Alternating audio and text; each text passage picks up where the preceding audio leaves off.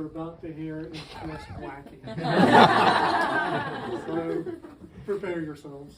And also, it's sincere. It's wacky and sincere. It's something that is meaningful to me. And when we get to a part when you think that, no, that just can't happen, understand that people believe this.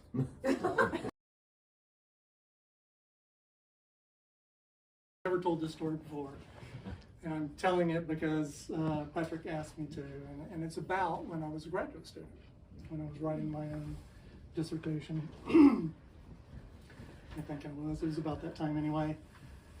When I was a graduate student, I had the opportunity to ask Jacques Derrida a question about writing. And we were eating lunch at the Grog House in Midtown. No lie. I asked some version of the question whether, as the body of his work grew, he found it more difficult to write. Was he weighed down by all the verbiage? I didn't say it that way, but I'm thinking now suffocated like an asthmatic, by this mountain of words. Derrida was in fact a trim and elegant person. You've probably seen the photographs. He looks like a French academic, what he was.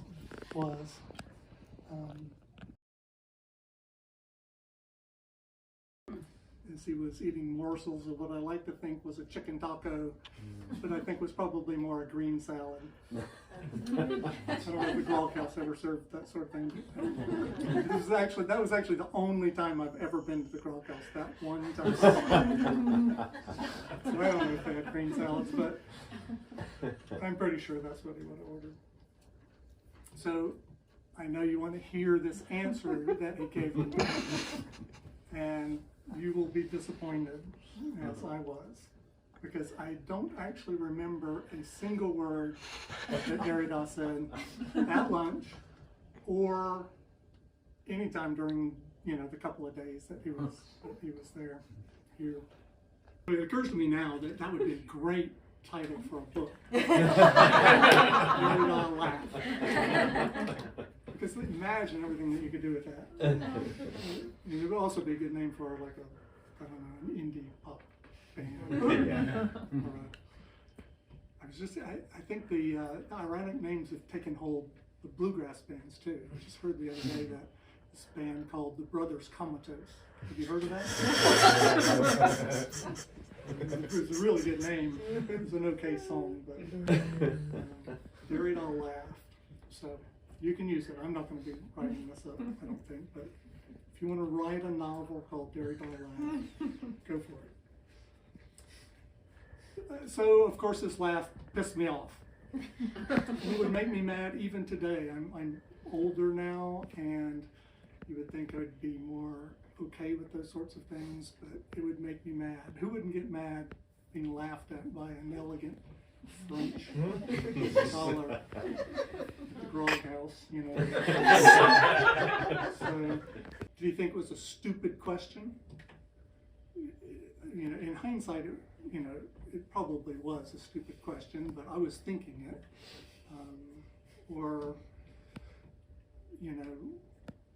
Did he just not want to answer a question by some graduate student hanging out at lunch with him? I don't know, but that's really not the point. The point is that the more important question is, what did I mean when I asked that question? And do I care about that now? And yes, I care a little bit about it now, but I'll tell you why. Remember, so the question is, after writing this mountain of literature, criticism, was he finding it more difficult to write? Was he weighed down by what he had done so far? The readers are certainly, I don't know, have you read Derrida? I don't know if they do it anymore, but what would create that weight in a writer? Was I concerned about inconsistency? You know, you write all this, what do I write next that won't be consistent with what I've written before? And I think that, but I look back now and I think, no, that's not it. I read Emerson, you know, the hobgoblin of consistency. I knew about that. Was it the oppressive need to say something meaningful? Was it the impossibility of saying something original? Was it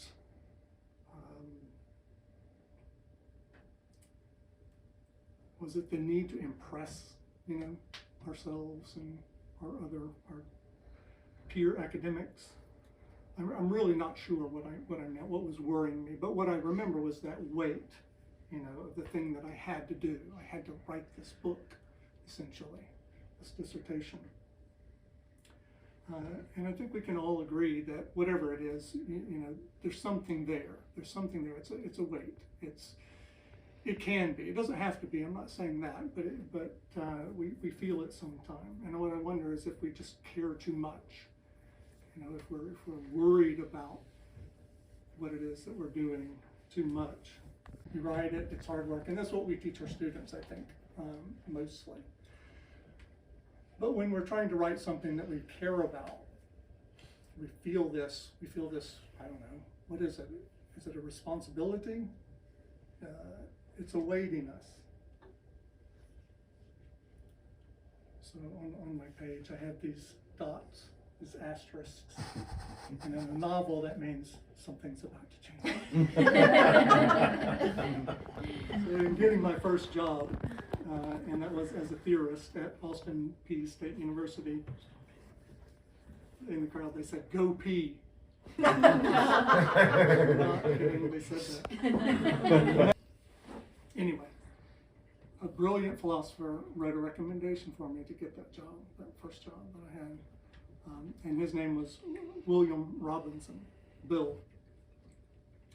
And I'm virtually certain you've never heard of him. Few people had read his philosophy, and fewer people knew him. But take my word for it, he was a groundbreaking thinker. Though he wouldn't want me to say that. And I want to explain to you why that is. And this is the gist of what I want to tell you. In his letter of recommendation, he said something to the effect that I had mastered the language of recent theory. And you might think that's a compliment, but it was not. Incidentally, at this university, they were Austin Peay State University. It was a funky little place, 6,000 students. I loved being there, but the faculty was nuts. But they had their accreditation,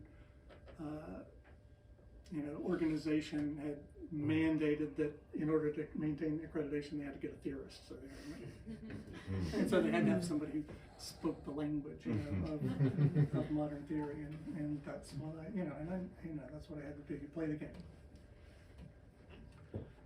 But what he meant was that Western thought is fundamentally dichotomous, and the result will be Derrida. Derrida taught us that texts deconstruct their own meaning.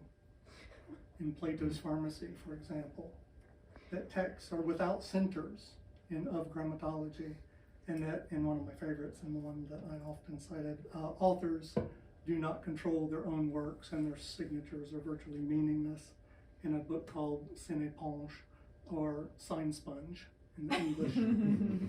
It was about a poet named Ponge, a French poet. So it's not an uninteresting book. It's pretty cool. It taught me quite a lot about signatures and authorship. By the way, I used that, and this is not part of this, but it's an aside, in my master's thesis, which I published, on Kurt Vonnegut. And at the end of Slaughterhouse 5, I guess, if I'm remembering this correctly, the narrator is tracking down and talking to Kilgore Trout, and Kilgore Trout's just kind of is a science fiction writer. He's going crazy, and he holds up a mirror in front of himself, and the narrator cannot essentially see who he is, cannot name himself. And the very next thing that happens is that Kilgore Trout becomes, I told the story. So the narrator says to Kilgore Trout at the end of Slaughterhouse-Five, the narrator says, I've abused you, I'm sorry, I gave you skinny legs, I've given you a miserable life, Kilgore, and so I release you. And the very next thing that happens is that Kilgore Trout writes his own novel. His name appears on a novel, and with no fanfare whatsoever. Nobody talks about it. That novel became a part of my interest in what is it that an author can do. Can an author sign a book, and what is it when a narrator says, hear him controlling this character? Can an author control a character? Can an author write about him or herself in any way that holds still enough so that we can make sense of it, so that we can say something about it that's real, Semi-Ponge, which is Derrida's very interesting take on it. But because Western thought is fundamentally dichotomous, we are ultimately tangled, strangled, suffocated, building what I describe now as Escher-like word castles, not freer, creating nothing new or nothing much. William Robinson, on the other hand, and I have to pause here to point out that I'm creating a dichotomy, and it's almost inevitable in writing, and maybe it is endemic to writing. William Robinson created a new narrative, a theory and a philosophy, though he would not want to say it that way. The new narrative is rather an expression of the imagination. This new idea is almost impossible to describe in words, because words are part of the problem, but I'm going to try to do it for you. I do think this, believe this. William Robinson did. I'll tell you more about him if you're interested. He was a very interesting character. The imagination is, you see, not part of a dichotomy, but it's a third aspect or power evolving out of and beyond the observer. And this is the thing that I need you to see. It's not the mind or the body or some combination of the two. It's not writing or reflection. It's not memory or mastery. It's not self or other. It's the creation of a new thing out in front, beyond the observer. So we can witness this phenomenon in sports. And Patrick is going to appreciate that. Keeps wanting me to watch baseball. Well, I don't watch baseball. I played when I was a kid, but William Robinson played handball, and he couldn't get anybody to play handball with him. So he talked about the use of the imagination in football. And I have two anecdotes, and this is really it. But they're important. It's an important way of thinking about it. The imagination is not a faculty of the body or brain or heart, but rather it exists out in front of us, beyond the person creating the event, in the location of the event itself.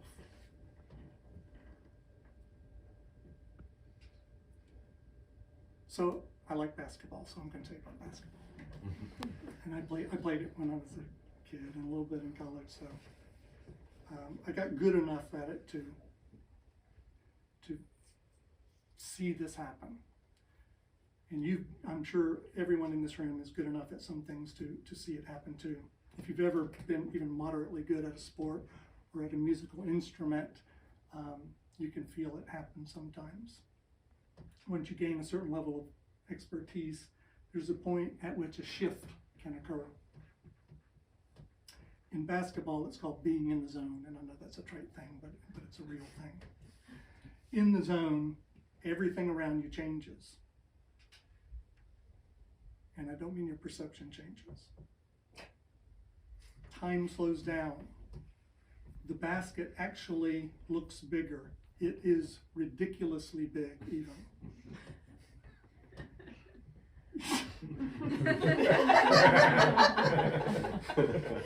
Thank you for that. I appreciate it. You stop planning or even thinking. You let go. All at once, you are hyper-focused, and at the same time, you could not care less.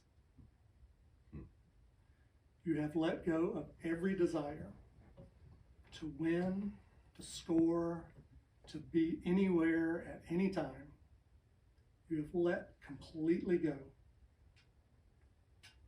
In this moment, when you shoot, you know with absolute certainty, before you even release the ball, exactly where it will go. And why is that? Because you're really good at it and you've practiced? No, not simply that. But not simply that. It's because you are creating that moment. Not repeating, not imitating, but bringing about a new thing out there beyond you, where your imagination lives. So,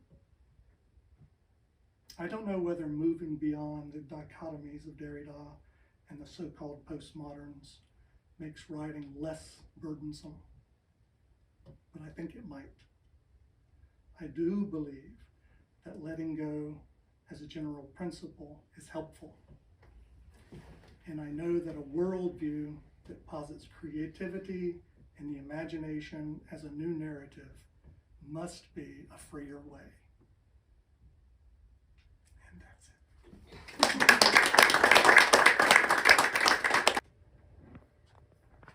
So think about a quarterback throwing a long pass to a receiver. And it doesn't have to be a long pass, but I just like thinking about it as a long pass because it's more dramatic. The Hail Mary sort of thing. Well, the two agree on a route, the quarterback and receiver. The play begins. The quarterback anticipates where the receiver will be at some future moment in time. They have practiced the play over and over.